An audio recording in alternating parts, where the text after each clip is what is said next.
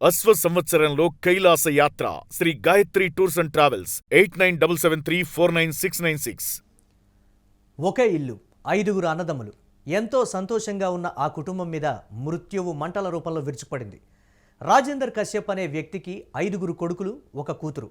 వ్యాపారం చేసే ఆ పెద్దాయన పని మీద గోవా వెళ్ళాడు. తిరిగి వచ్చేసరికి ఇల్లు శ్మశానమైంది. భార్య, 3 కొడుకులు, కన్న కూతురు, 3 మనవరాళ్ళు, మొత్తం 9 మంది శవాలైపోయారు. ఇల్లే చితిమంటలా కాలిపోతూ ఉంటే ఆ మంటల్లో చిక్కుకొని జనం కళ్ల ముందే కాలి బూడిదైపోయారు. నిన్నటిదాకా నవ్వులు మాత్రమే కనిపించిన ఆ ఇంట్లో ఇప్పుడు కేవలం శవాల బూడిదే కనిపించడంతో ఆ తండ్రి రోదన వర్ణనాతీతం. అసలు ఆ రాత్రి ఏం జరిగింది? ఆ 5గురు అన్నదమ్ముల విధి ఎలా తారుమారైంది చూద్దాం.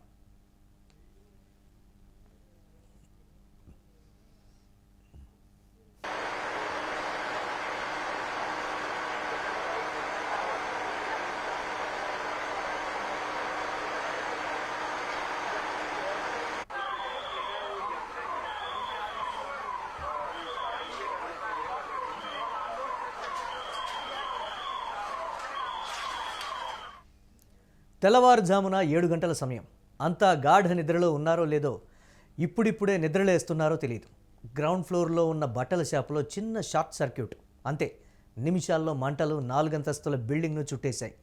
ఇక్కడ అసలు ట్విస్ట్ ఏంటంటే, ఆ బిల్డింగ్కు ఉన్నది ఒకే ఒక మెట్ల దారి.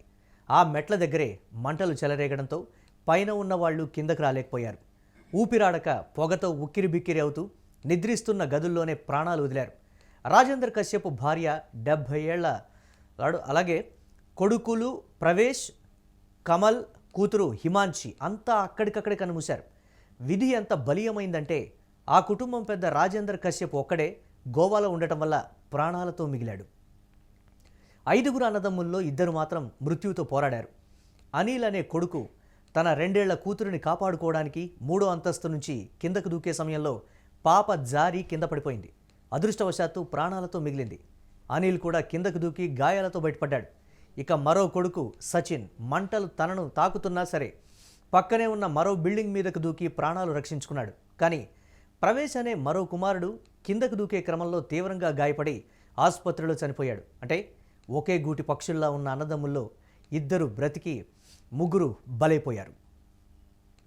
ఇక్కడ మనం ఆలోచించాల్సింది ఏంటంటే, ఢిల్లీ లాంటి రద్దీ ప్రాంతాల్లో ఇలాంటి ప్రమాదాలు జరిగినప్పుడు ఫైర్ ఇంజన్లు రావడానికి గంటల సమయం పడుతోంది. పైగా ఆ బిల్డింగ్లో సేఫ్టీ ఎగ్జిట్ లేదు.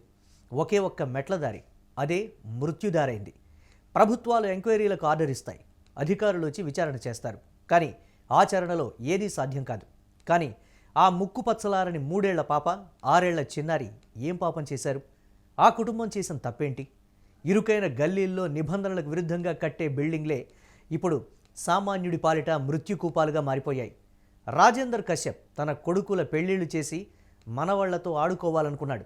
కానీ విధి ఆయన్ని గోవాలో ఉంచి మిగిలిన అందరినీ చితికి అప్పగించింది. ఇది కేవలం ప్రమాదం కాదు, ఇది వ్యవస్థ వైఫల్యమని చెప్పాల్సిందే.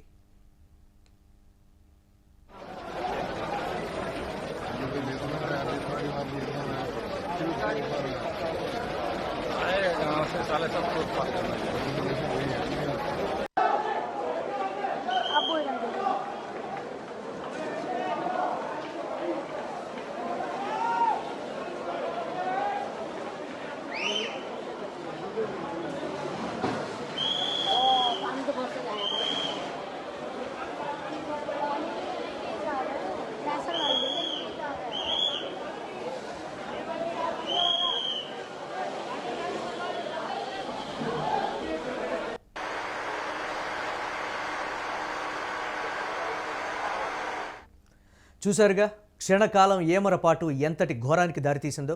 నిన్నటిదాకా పలకరింపులతో సందడిగా ఉన్న ఆ ఇల్లు ఇవాళ శ్మశానాన్ని తలపిస్తోంది. ఒకే కుటుంబంలో 9 మందిని కోల్పోయిన ఆ తండ్రికి ఓదార్పు ఎక్కడ దొరుకుతుంది? మీరేమంటారు? 5 మందిని బలి తీసుకున్న అగ్ని ప్రమాదానికి అసలు కారణం ఏంటని భావిస్తున్నారు? మీరు కామెంట్ చేయండి.